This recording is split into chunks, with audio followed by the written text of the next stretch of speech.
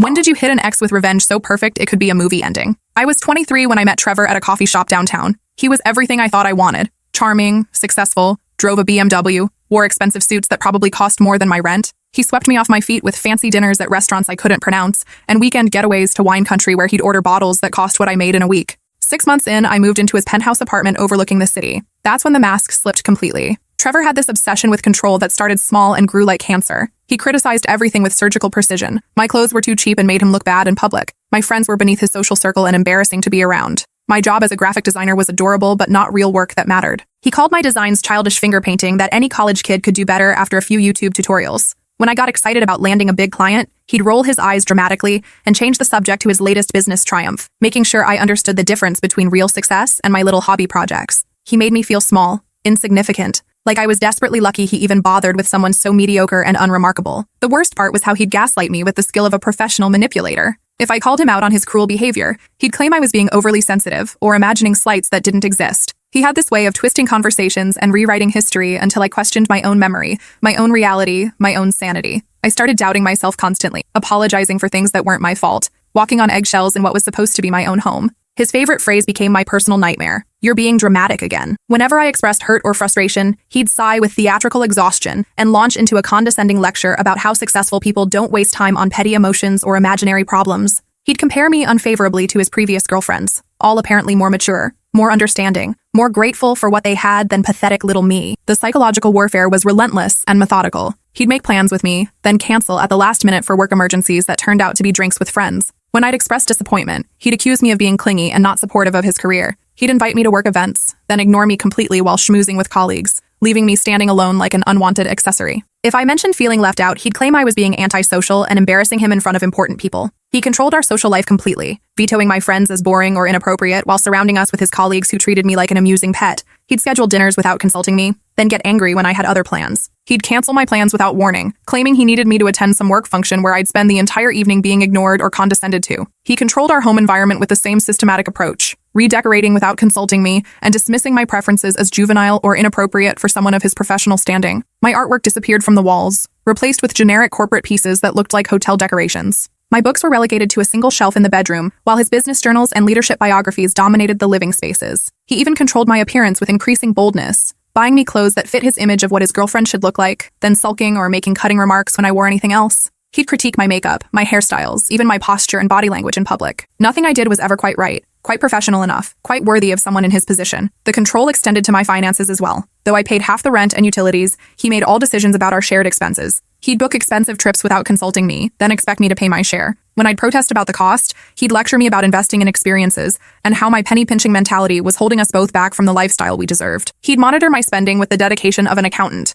questioning every purchase and making me justify why I needed new art supplies or why I'd bought lunch instead of packing something from home. Meanwhile, he'd drop hundreds on business dinners and claim it was all necessary for networking. I began keeping a secret journal, hiding it in my art supplies where Trevor never looked because he considered my creative work beneath his notice. I'd write down conversations word for word, trying desperately to figure out if I was actually losing my mind or if something was genuinely wrong with our relationship. I documented his contradictions, his shifting stories, his impossible standards that changed daily to ensure I could never meet them. The entries became increasingly desperate, filled with self-doubt and spiraling confusion. I'd write things like, "Am I really this difficult to love?" And "Maybe I am too sensitive." And "Why can't I just be grateful for what I have?" Reading those pages now breaks my heart for the woman I was then, so broken down that she couldn't trust her own perception. My friends started avoiding me because Trevor had systematically convinced me they were jealous of our relationship and trying to sabotage our happiness. He'd point out their flaws with the precision of a character assassin, question their motives, and create situations where I had to choose between them and him. He'd schedule romantic dates during planned friend gatherings, then act hurt when I suggested rescheduling. "Your friends don't understand what real love looks like," he'd say, stroking my hair with false tenderness. "They're threatened by what we have because they've never experienced anything this deep." Gradually, I stopped making those impossible choices and just drifted away from everyone who'd known me before him. My phone stopped ringing. My social media became a showcase of couple photos where I looked increasingly thin and hollow-eyed, while Trevor beamed with satisfaction. My family grew distant for similar reasons.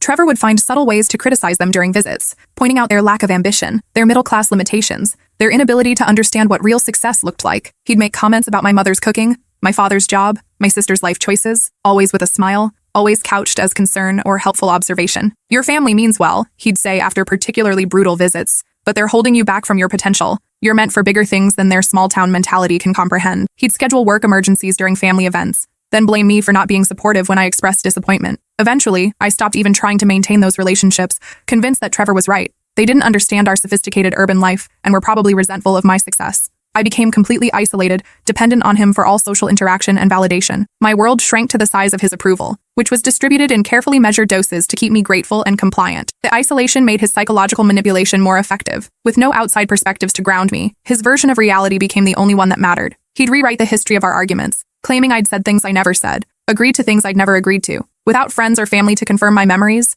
I began to doubt everything. 2 years of this systematic psychological torture. 2 years of shrinking myself to fit his impossible standards, of believing I was fundamentally flawed, of thinking I should be grateful someone like him would settle for someone as worthless as me. My confidence as a designer disappeared entirely under his constant expert criticism. He'd studied my insecurities with the focus of a researcher, learning exactly which comments would cut deepest and destroy my faith in my abilities. He'd compare my work unfavorably to designs he'd found online, always with that condescending tone that made me feel like a child playing at being an artist. "Have you seen what real designers are doing these days?" he'd ask, showing me award-winning campaigns on his phone. "This is the level you should be aspiring to. Maybe you should take some classes, learn from the professionals." I stopped taking on challenging projects, convinced I wasn't talented enough to handle them. When potential clients would call with exciting opportunities, I'd find myself making excuses, referring them to other designers, or quoting prices so low they seemed suspicious. I'd show Trevor my work hopefully, desperately seeking even a crumb of encouragement, and he'd systematically point out every flaw with the enthusiasm of a food critic destroying a restaurant's reputation. "The typography feels amateurish," he'd say, shaking his head with theatrical disappointment. "And this color palette.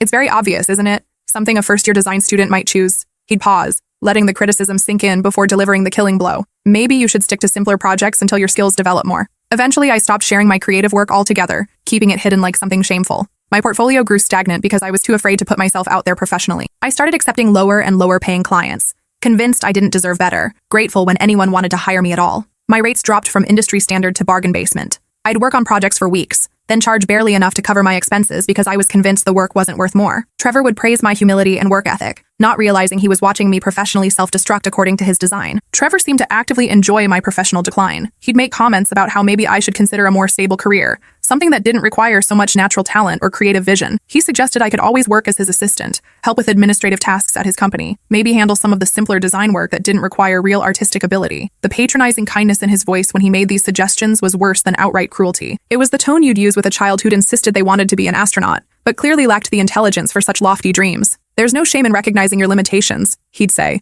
rubbing my shoulders while I struggled with a project that would have been simple 2 years earlier. "Not everyone can be a creative genius. The world needs competent support staff too." Meanwhile, his own career was flourishing in ways that seemed almost miraculous. Every month brought new clients, bigger contracts, industry recognition. He'd be featured in business journals as an up-and-coming marketing executive, praised for his innovative approach and creative vision. I'd read these articles with a mixture of pride and inadequacy, wondering why I couldn't achieve even a fraction of his success in a field I'd supposedly chosen as my specialty. Looking back, the signs were all there. The way he'd suddenly become interested in my projects right before landing similar contracts. How his best campaigns seemed to echo design trends I'd been experimenting with months earlier. The occasional slip where he'd describe a creative process that sounded suspiciously like my own methodology. But I was so broken down, so convinced of my own inadequacy, that I never connected the dots. When you've been systematically trained to doubt your own perceptions, even the most obvious patterns become invisible. Then I found the laptop that changed everything. Trevor had left it open on the kitchen counter one Tuesday morning, logged into his email while he rushed to get ready for a crucial meeting with potential investors. The coffee maker was broken,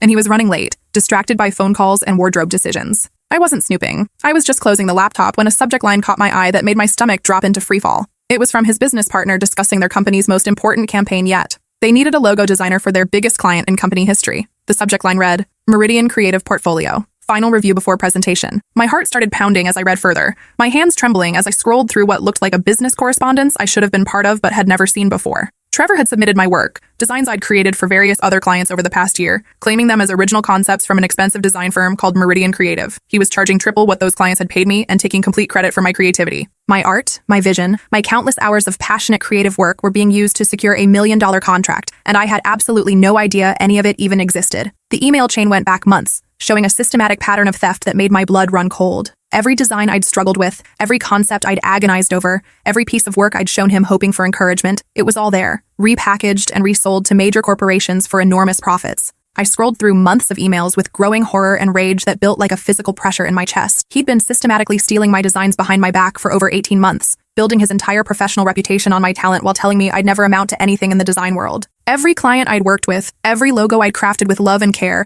every branding package I'd created while he slept beside me in our bed, he'd screenshotted, saved, and resold under his company's name for massive profits. The scope of the theft was staggering in its audacity and completeness. He hadn't just taken a few designs here and there opportunistically. He'd built an entire business model around stealing my work. Every successful project his company had completed, every award they'd won, every client testimonial featured prominently on their website. It was all based on my creativity, my talent, my vision, my sleepless nights spent perfecting concepts that he dismissed as amateur while secretly copying them. That's when I discovered the presentations folder buried deep in his documents, hidden behind layers of password protection that he'd thought would keep his secrets safe. Dozens of my concepts, professionally reformatted and watermarked with his company logo. Screenshots of my portfolio pieces integrated seamlessly into slick pitch decks with million-dollar production values. He'd even created a comprehensive fake design firm portfolio using exclusively my work, complete with fabricated case studies, fictional project timelines, and glowing testimonials from satisfied clients. Clients who had actually hired me directly at a fraction of what he was now charging major corporations. The Meridian Creative folder was like discovering an alternate universe version of my career, one where my work was valued, respected, and financially successful. There were presentations I'd never seen showcasing designs I'd created, client testimonials praising creativity I'd poured my heart into,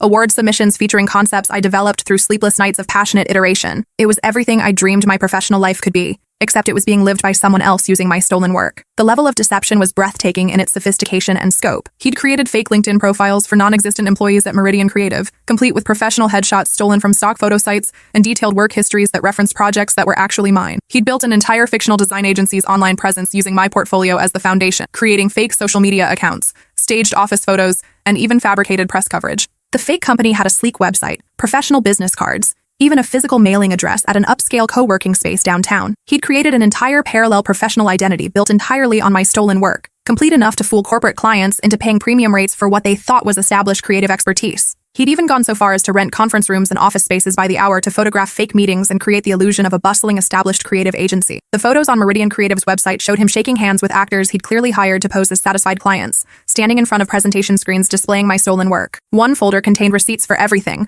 the co-working space rental, the actor fees, the professional photography sessions, even costume rentals for fake employees and corporate headshots. He'd invested thousands of dollars into making his theft look legitimate. But the worst part wasn't even the systematic, calculated theft that had consumed months of planning and execution. It was an email thread with his college buddy from last month where they laughed about how his girlfriend was so naive and desperate for approval, she'd never figure out where her precious little drawings were really going. Trevor had written paragraph after paragraph mocking my artistic process, describing in cruel detail how he'd watch me work late into the night on designs he was already planning to steal. He'd documented my creative struggles like a nature photographer observing animal behavior, noting which techniques worked best for extracting information and inspiration from me. He called me his personal unpaid intern, who was pathetically grateful for any scrap of attention or validation. The emails described me as a broken-down creative well that he could draw from indefinitely, too psychologically damaged to ever realize what was happening. One email made my blood run cold with its casual, calculated cruelty. The best part is she actually thinks she's terrible at this stuff. I've convinced her she's mediocre at best, that she should be grateful anyone wants to hire her at all. Meanwhile, I'm building an empire off her work, and she's paying half my rent. It's like having a pet that pays you while you steal its food. Another message was even worse, showing the depth of his manipulation and long-term planning. She showed me her latest design yesterday, all excited and hopeful like a kid showing off a crayon drawing. I told her it looked amateurish and suggested she stick to simpler projects that matched her skill level. Then I saved it to the Meridian folder before she even left the room. It'll probably land us the Henderson account next month, worth at least $50K. She's so broken down now she doesn't even try to defend her work anymore. She just nods and apologizes for wasting my time. Perfect.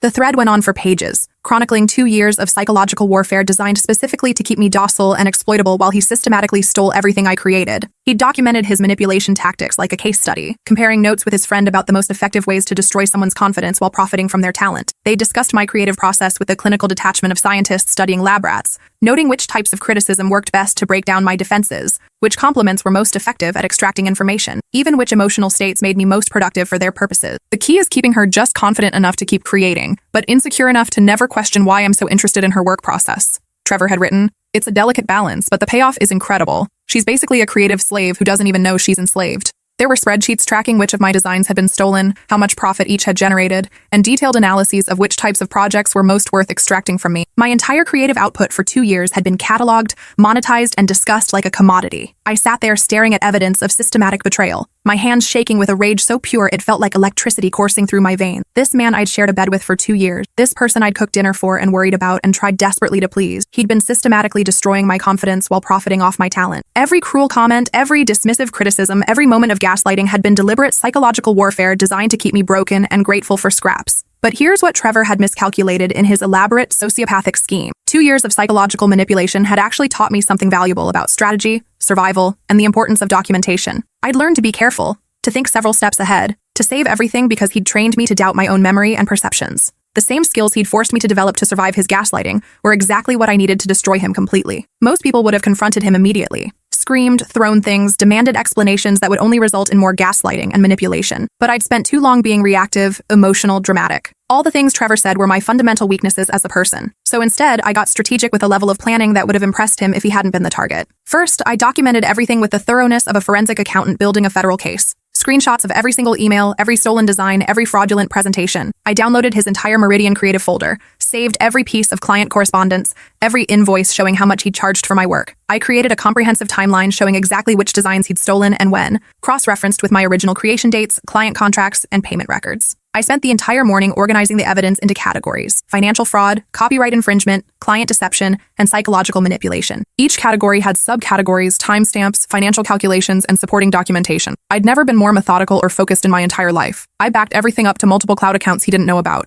using passwords he'd never guess, and security questions based on information from before I met him. I printed hard copies of the most damaging evidence and stored them at my friend's house across town, the one friend I still had contact with despite Trevor's best efforts to isolate me completely. I even recorded myself walking through my design process for several of the stolen pieces, creating video proof that I understood every element, every creative decision, every symbolic detail in ways that only the original creator could. I documented my sketches, my inspiration boards, my reference materials, all the behind-the-scenes work that Trevor had never seen because he'd been too busy dismissing my process as amateur fumbling. The video evidence was damning. I could explain the meaning behind every design choice, the cultural research that informed each element, the client specifications that drove each decision. Trevor might have stolen the final products, but he could never replicate the deep understanding that created them. Then I did some deeper digging into his business operations, using the investigative skills I developed trying to figure out if I was losing my mind. Trevor's company was pitching to their biggest potential client, yet the following Wednesday, a tech startup called Innovate Tech that was looking to completely rebrand their company before going public. Their IPO was projected to be worth hundreds of millions, making this the kind of career-defining project that could establish a design firm as a major industry player. The presentation that would secure this life-changing contract was built entirely around a design concept I'd created 8 months ago for a small family restaurant that could barely afford to pay me. I remembered that project with crystal clarity because it had meant so much to me personally. The restaurant owner was a sweet, elderly Italian man named Giuseppe,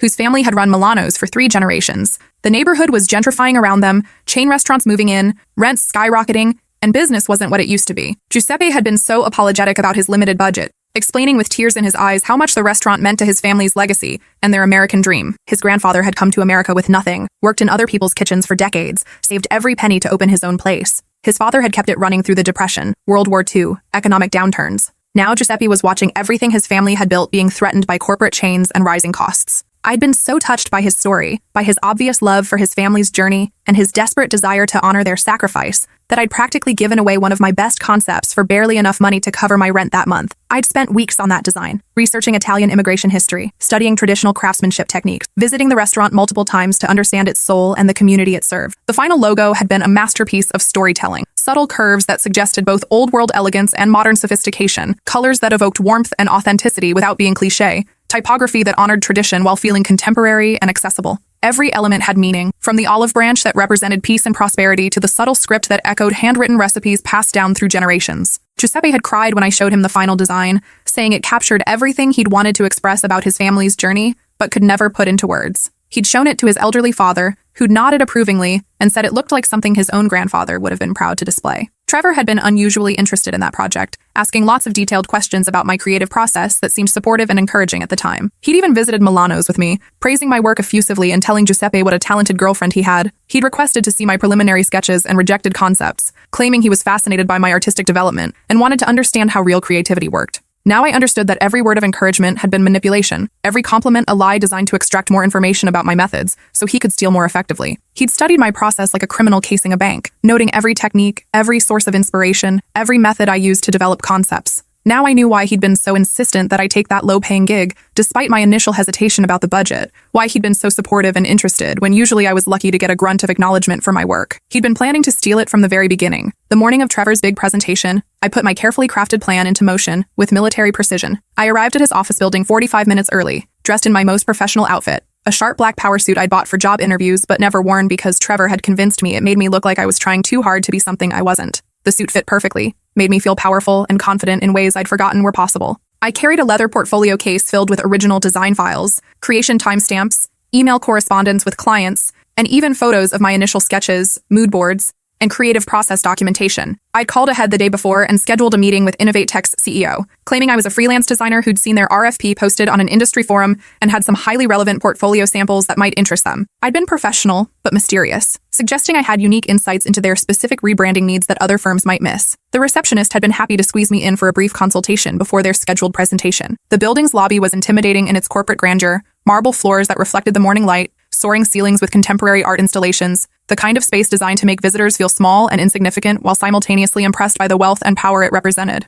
But I wasn't the same broken woman who'd lived in Trevor's shadow for 2 years, feeling grateful for his attention. I walked to the elevator with confidence, my heels clicking authoritatively against the polished floor, my spine straight, my chin up. The woman reflected in the polished elevator doors looked professional, competent, purposeful. Everything Trevor had convinced me I could never be. The conference room was exactly as I'd imagined from Trevor's boastful descriptions over dinner parties where I'd been ignored. Floor-to-ceiling glass walls offering panoramic city views, sleek modern furniture that probably cost more than most people's cars, original artwork on the walls, the kind of space where million-dollar deals got made and careers were built or destroyed in the span of a single presentation. I spread my materials across the polished conference table methodically, arranging them for maximum visual impact and narrative flow. This wasn't just evidence. It was a carefully curated exhibition, designed to tell the complete story of artistic creation and corporate theft. Original design files with metadata showing creation timestamps that predated Trevor's company involvement by months. Email threads with Giuseppe showing my complete creative process, from initial consultation through multiple revision rounds to final delivery. Photos of my sketchbook pages with rough concepts, coffee stains, and margin notes in my handwriting. Pictures of mood boards I'd created, research materials I'd gathered, even receipts from the Italian Cultural Center where I'd studied traditional design motifs. Everything proving that the design concept they were about to see was mine, from initial conception to final execution, created with care and passion for a client who couldn't afford to pay what it was truly worth, but deserved excellence anyway. The Innovate Tech team arrived 15 minutes early, 3 sharp executives including the CEO, all looking eager and slightly impatient with the energy of people accustomed to making quick, expensive decisions that shaped entire industries. I introduced myself as the original creator of the design concept they'd requested this meeting to discuss, explaining that I'd learned about their rebranding needs through industry connections and felt compelled to reach out directly. Their confusion was immediate and obvious, but I pressed forward with quiet confidence that surprised even me. I understand you have another presentation scheduled shortly, I said, opening my portfolio with practiced ease. But I thought you should see the original work and understand the complete creative process behind it before making any final decisions about your rebranding strategy. I walked them through everything with the passion and expertise that only comes from genuine authorship. My initial consultation with Giuseppe, understanding his family's immigrant story and their deep connection to community tradition. The research I'd conducted into Italian craftsmanship, the hours I'd spent studying traditional design elements, the symbolism I'd woven into every design element. I explained how the logo's curves reflected the warmth of traditional hospitality while maintaining contemporary sophistication that would appeal to younger customers. How the color palette evoked both old-world authenticity and modern innovation. How each element could be adapted across different media while maintaining brand consistency and emotional impact. I showed them my rejected concepts, explaining why each one had been discarded and how that process had led to the final design. I discussed scalability across different media, potential applications for corporate branding, even how the core concept could evolve as their company grew and changed without losing its essential character. The CEO kept nodding with growing interest and respect, clearly impressed by the depth of thought and emotional intelligence behind the work. His colleagues were taking detailed notes, asking sophisticated questions about brand architecture, implementation timelines, and creative development processes that I answered with increasing confidence. They were completely engaged, leaning forward as I explained my philosophy about authentic brand storytelling and the importance of emotional connection in corporate identity. We'd moved far beyond a simple logo presentation into a deep, substantive conversation about business strategy, consumer psychology, and the role of design in building lasting relationships between companies and their audiences. This was exactly the kind of high-level creative discussion I dreamed of having but never thought I was qualified for, thanks to Trevor's systematic destruction of my professional confidence. But here I was, holding my own with successful executives, demonstrating expertise I'd forgotten I possessed. The conversation flowed naturally from technical design considerations to broader business strategy. They asked about my experience with corporate rebranding, my understanding of their industry challenges, my vision for how design could support their growth objectives. Every question revealed that they saw me as a peer, a professional worth consulting, someone whose expertise they valued and respected. It was intoxicating. For the first time in 2 years, I felt like the designer I'd trained to be, the creative professional I'd dreamed of becoming. My ideas were being heard, evaluated, appreciated. My knowledge was being respected rather than dismissed or stolen. We were deep into discussing color psychology and cultural symbolism when the conference room door opened and Trevor walked in with his business partner and a nervous-looking junior associate carrying presentation materials. He stopped dead in the doorway as if he'd walked face first into an invisible wall. His face cycled rapidly through confusion, recognition, and pure existential horror. For a long moment, we just stared at each other across that polished conference table, predator and prey, but with the roles completely reversed from what he'd expected to find. Our eyes met, and I saw the exact moment he realized what was happening. The same expression he'd worn when telling me my work wasn't good enough, except now the power dynamic had shifted completely and irreversibly in my favor. I smiled with genuine warmth and gave him a little wave as if greeting an old friend at a social gathering. Trevor, perfect timing. I was just telling everyone about the complete design process behind the concept you're here to present. They've been absolutely fascinated by the original creative brief, the preliminary sketches, and the cultural research that informed every design decision. His mouth opened and closed soundlessly, like a fish pulled suddenly from water. His business partner, Richard, a distinguished older man I'd met at company parties where I'd been treated like decorative furniture, looked between us with growing confusion and alarm. The junior associate was staring at Trevor with obvious bewilderment, clearly having no idea what she'd walked into. "I'm sorry," the Innovate Tech CEO said, standing up with my portfolio still in his hands. "There seems to be some significant confusion here. This young woman has spent the last 40 minutes walking us through the creation of what appears to be the exact design concept you're scheduled to present. She has extensive documentation proving it's her original work, including creation timestamps, client communications, preliminary sketches, and implementation photos." Trevor tried to recover with the smooth confidence that had once impressed me so much, but I could see panic flickering behind his practiced smile. His voice was steady, but there was a tremor underneath that hadn't been there before. "There must be some misunderstanding," he said, flashing his most charming expression. "This is my ex-girlfriend. She sometimes helped with minor research elements on our projects, but Meridian Creative developed this concept specifically for your company's unique needs. We've invested significant resources in understanding your market position, and I didn't help with research," I interrupted, my voice calm and clear as crystal. "I created this entire concept 8 months ago for Milano's restaurant on 5th Street. I have the original client contract signed by Giuseppe Martinelli, payment records showing the $800 he paid me for the complete branding package, photos of him signing off on the final design, and documentation of the finished signage installation. I also have preliminary sketches dating back to my initial consultation, mood boards, research materials from the Italian Cultural Center, and even receipts from my visits to study traditional design elements." I slid a thick folder across the table to the CEO, maintaining steady eye contact with Trevor as I spoke. "You'll find complete documentation in there, including a timeline of 19 other designs your presenter has stolen from me over the past 18 months. Each one shows the original client, creation date, payment records, and subsequent unauthorized use by his company for significantly higher fees." The silence in the room was deafening, broken only by the soft rustle of papers as Richard grabbed the folder and started flipping through it with increasing urgency. His face grew progressively paler with each page, his hands starting to shake slightly as the full scope of the fraud became undeniably clear. The startup executives exchanged deeply uncomfortable glances, clearly realizing they'd walked into something much bigger and more serious than a simple design presentation. The junior associate was staring at Trevor with a mixture of shock and betrayal, obviously having had no idea about the systematic theft that had funded her paychecks. "We need to reschedule this meeting immediately," the CEO said finally, his tone professionally cold, but laced with barely controlled anger. "We'll be conducting our own thorough investigation before moving forward with any design firm. This is highly irregular and potentially actionable from a legal standpoint." As everyone began filing out with obvious discomfort and concern, Richard cornered Trevor by the door. Their heated whispers carried clearly across the empty conference room, and I made no attempt to give them privacy. After 2 years of having my every conversation monitored and criticized, I felt no obligation to be discreet. "You told me we outsourced to legitimate, established design firms," Richard hissed, his voice shaking with rage and panic. "You said you had verified contracts with consummate professionals." "I can explain everything," Trevor started, but Richard cut him off with a sharp gesture that spoke of 20 years in corporate management dealing with crisis situations. "You've been systematically stealing from your girlfriend? Your ex-girlfriend? Do you have any comprehension of the legal liability you've exposed us to? Every single client could sue us for fraud, copyright infringement, misrepresentation, false advertising. Our professional licenses could be revoked. We could face criminal charges for commercial theft." I gathered my materials slowly, savoring every word of their increasingly frantic conversation. Trevor kept glancing at me desperately, as if I might suddenly develop Stockholm Syndrome and help him escape the consequences of his own choices. "This could destroy everything we've built," Richard continued, his voice rising with each word. 20 years of reputation? Gone. Our client relationships? Finished. The legal fees alone will bankrupt us. "We need to discuss this at the office immediately," Richard said grimly, his face flushed with anger and fear, "with our attorneys present. Cancel every meeting I have today. We need damage control, and we need it now." As they rushed toward the exit, Trevor broke away from his partner and tried to approach me with the same manipulative charm he'd used to control me for 2 years. But the spell was broken now. His power over me as defunct as his business was about to become. "Wait," he said, his voice cracking slightly with barely controlled desperation. "We can work this out privately, reasonably. You don't understand what you're doing to innocent people.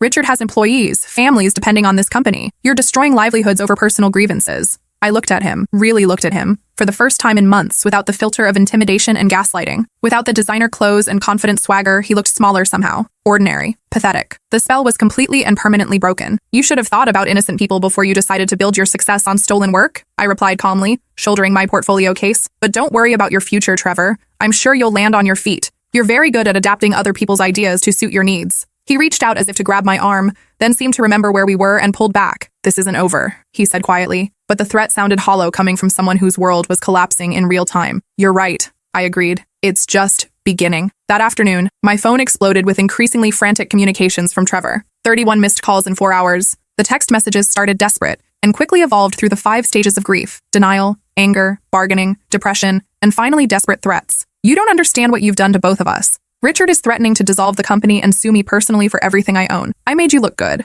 I gave you opportunities. Without me, you never would have had clients worth stealing from. Come home so we can figure this out like adults. We can salvage this situation if we work together. You're destroying both our lives out of petty revenge and jealousy. Is this really who you want to be? I gave you everything. A home, a lifestyle, opportunities you never could have created yourself. This is how you repay me? Fine, be vindictive. But remember that I know things about you too. I have photos, recordings, personal information." The final message revealed the person he'd always been underneath the charm. "You'll never work in this city again. I'll make sure of it." I responded with a single message: "Check your email in exactly 1 hour." I spent that hour crafting the most thorough, professional documentation of fraud I could manage. I'd been working as a graphic designer for 5 years. I knew how to present information clearly, persuasively, and with devastating impact. This would be my masterpiece of visual communication. The comprehensive report I sent to Richard included everything, organized into clear, damning sections with professional layouts that made the evidence impossible to dismiss or misinterpret. A complete timeline of Trevor's theft with dates, financial calculations showing exactly how much profit he'd made from my work, and contact information for every client who'd been defrauded.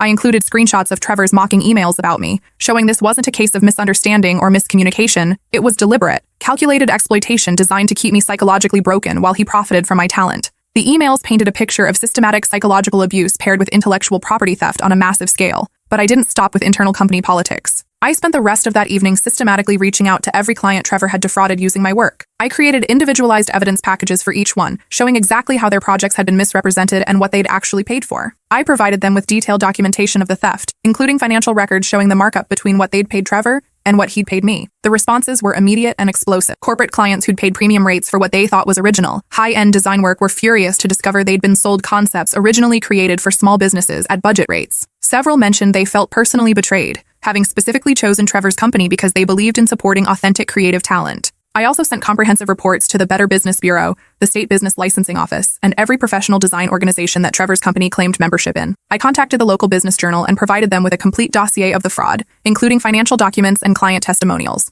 I reached out to industry forums and professional networks, sharing my story as a cautionary tale about intellectual property theft and client fraud. Within 24 hours, the story had spread throughout the regional design community like wildfire. Screenshots of Trevor's stolen work were being shared on professional forums with warnings about fraudulent practices. Design blogs picked up the story, using it as a case study in intellectual property protection. By the next morning, Trevor's company was facing 13 separate lawsuits from defrauded clients. Their business license was under formal investigation for fraudulent practices. The Better Business Bureau had opened a comprehensive complaint process and issued a public warning about their practices. Most devastating of all, word was spreading like wildfire through the tight-knit local business community, where reputation was everything and trust once broken was impossible to rebuild. The cascade effect was beautiful to watch. Each client who discovered they'd been defrauded contacted other businesses they worked with, warning them about Trevor's practices. Professional associations circulated warnings to their members. The local Chamber of Commerce quietly removed his company from their recommended vendors list. Trevor showed up at my workplace that afternoon, completely disheveled and desperate. His usually perfect hair was greasy and unkempt, his expensive shirt wrinkled like he'd slept in it, his eyes red-rimmed and wild with panic. Security had to physically escort him out after he caused a massive scene in our lobby, screaming about how I destroyed his life over petty jealousy and vindictive revenge. "I made you," he shouted as 2 security guards flanked him, his voice cracking with hysteria and desperation. "Without me, you're nobody. You'll never work in this city again. I'll make sure of it." My coworkers watched the spectacle with wide eyes and obvious concern for my safety. Later, my boss pulled me aside to ask if I was okay, if I needed additional security measures or time off to deal with the situation. The genuine worry in her voice, the protective instinct she showed, it was so different from Trevor's manipulative, fake concern that I almost cried with relief. "We've heard some rumors about stolen work and legal troubles," she said carefully. "If you need any support or documentation of your employment here, we're happy to provide whatever you need." 3 weeks later, Trevor's company filed for bankruptcy protection. Richard publicly dissolved their partnership through a scathing press release, claiming he'd been systematically deceived about the source of their design work and would be pursuing full legal action against Trevor personally to recover damages and protect innocent employees. The press release was damning in its professional language. Upon discovering evidence of systematic intellectual property theft and client fraud perpetrated by my business partner without my knowledge, I am immediately dissolving our professional relationship and will be cooperating fully with legal authorities to ensure justice for the many talented designers and clients who were victimized by these criminal practices. Trevor's professional reputation was completely destroyed, his name now synonymous with fraud across the entire regional business network. The local business journal ran a front-page exposé about the scandal with the headline, "Marketing Firm Collapses After Massive Design Theft Exposed." Trevor's photo was prominently featured alongside quotes from defrauded clients, legal experts discussing the unprecedented scope of the intellectual property theft, and industry leaders calling for stronger protections against such fraudulent practices. But the sweetest part of my revenge was still to come, arriving in waves over the following months as my real career finally had space to flourish. 2 months after Trevor's spectacular professional collapse, I received a call that fundamentally changed my understanding of my own capabilities and worth. The CEO from Innovate Tech was on the line, his voice warm and genuinely enthusiastic. "I hope you remember me from that memorable meeting a few months ago," he said with obvious humor. "Our company has been growing faster than we ever imagined possible, and we'd like to commission you directly for a complete corporate rebrand before our IPO next year. We were so impressed by your presentation that day. The passion, the creativity, the obvious depth of talent and strategic thinking. We've been following your work since then, and frankly, we can't imagine working with anyone else for something this important." The project was worth more than Trevor had paid me in our entire 2-year relationship. It was also exactly the kind of high-profile corporate work I dreamed of but never thought I was qualified to handle, thanks to his systematic destruction of my professional confidence. As I signed the contract in Innovate Tech's boardroom, the same room where I'd destroyed Trevor's career, I thought about all the times he'd told me I'd never amount to anything professionally, that I should be grateful for any scraps of validation he threw my way. The irony was absolutely perfect. His attempt to steal my future had actually secured it in ways he never could have imagined. The Innovate Tech project became my showcase piece, leading to referrals and opportunities I'd never dreamed possible. Word spread through their network about the talented designer who'd exposed the fraud and then delivered exceptional work under pressure. My client base grew from small businesses to major corporations, all wanting to work with someone who clearly valued authenticity and creative integrity. 6 months later, my design studio had 15 employees and a 4-month waiting list for new clients. I'd been featured on the covers of Design Weekly, Creative Quarterly, and Regional Business Monthly. My corporate rebrand for Innovate Tech had won 3 major industry awards and was being used as a case study in business schools across the country. The awards were particularly sweet. Standing on stage, accepting recognition for work that was undeniably, authentically mine, no one could claim credit. No one could diminish the achievement. Trevor had to watch from whatever hole he'd crawled into as I received accolades for the talent he'd spent 2 years telling me I didn't possess. Gallery spaces were displaying my art installations, and I'd been invited to speak at design conferences across the country. My TEDx talk, titled Reclaiming Your Creative Voice, went viral and led to consulting opportunities with major corporations looking to build authentic brand identities. I'd moved into a converted warehouse loft downtown, not as expensive as Trevor's penthouse, but it was entirely mine. The walls were covered with my work, my awards, my achievements. No one was there to tell me it wasn't good enough or that I was being too ambitious for someone of my limited talents. The space itself was a testament to creative freedom. High ceilings, natural light flooding in through massive windows, my art supplies organized in systems that made sense to me. I'd created different zones for different types of work: a digital design station, a traditional art area,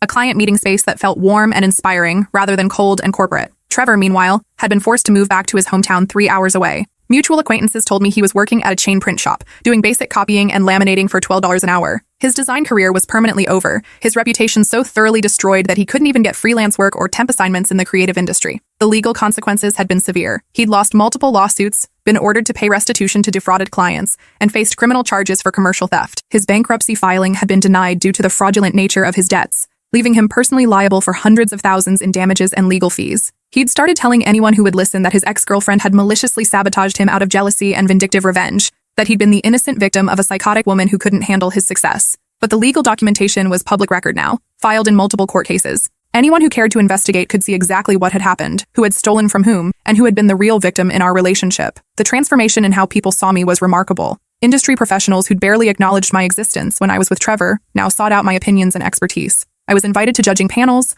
asked to mentor young designers, consulted on major projects as a creative director, rather than just an implementer. Sometimes people ask if I feel guilty about destroying his career so completely and publicly. They suggest maybe I went too far, that the punishment didn't fit the crime, that I should have handled things more privately or given him a chance to make amends. The answer is always the same, delivered without hesitation or regret. Trevor didn't just steal my designs, he systematically stole my confidence, my sense of self-worth, my belief in my own talent and potential. He deliberately destroyed my professional identity while profiting from my work. He made me doubt my sanity, question my memories, apologize for my existence. He isolated me from friends and family, controlled every aspect of my life, and psychologically tortured me for 2 years while building his success on my creativity. More importantly, he was actively harming other people every day his fraud continued. Every client he defrauded, every person who hired his company believing they were getting original work, every employee whose livelihood depended on his fundamentally dishonest business model, they were all victims of his deliberate choices. I didn't destroy Trevor's career out of revenge. I simply stopped enabling it to continue. The psychological impact of his manipulation had been devastating and long-lasting. Even now, years later,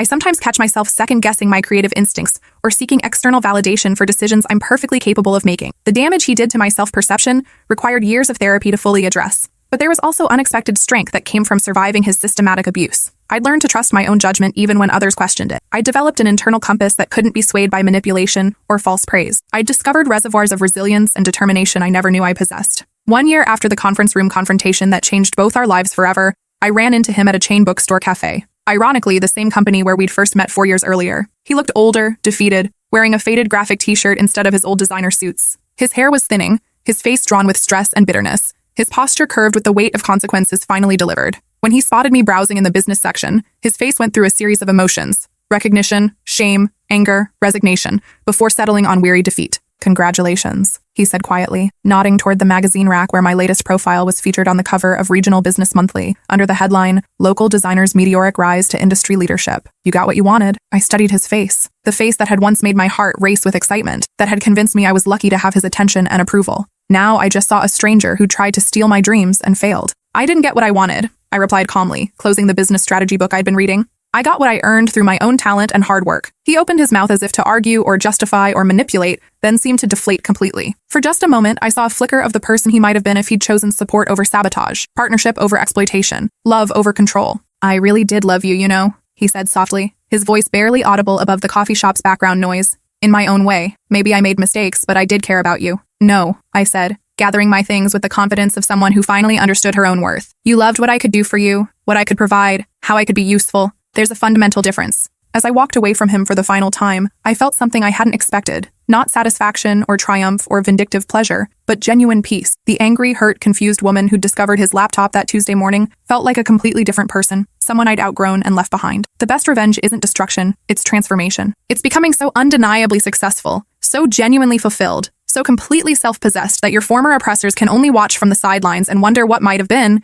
if they'd chosen to lift you up instead of tear you down. Trevor gave me something precious, though he never intended to and would never understand it. He showed me exactly how strong I was, how much I could endure, how capable I was of rebuilding from nothing. He taught me that my worth wasn't dependent on his approval or anyone else's validation. He forced me to develop the strategic thinking and emotional resilience that would serve me for the rest of my career. Most importantly, he showed me the stark difference between someone who loves you and someone who uses you. That lesson was worth every moment of pain, every sleepless night, every tear I'd cried thinking I wasn't good enough. Now when people ask about my success, I tell them it started with the worst betrayal of my life. Because sometimes you have to lose everything to discover what you're truly capable of building, and what I built was better than anything Trevor ever stole. The story doesn't end there, though. 3 years later, I received an unexpected email that brought the whole saga full circle. It was from Giuseppe, the elderly Italian restaurant owner whose design had started everything. Milano's had thrived beyond his wildest dreams. The neighborhood's gentrification had actually worked in his favor. Young professionals loved the authentic atmosphere and the story behind the beautiful branding. He'd been featured in food magazines, won local awards,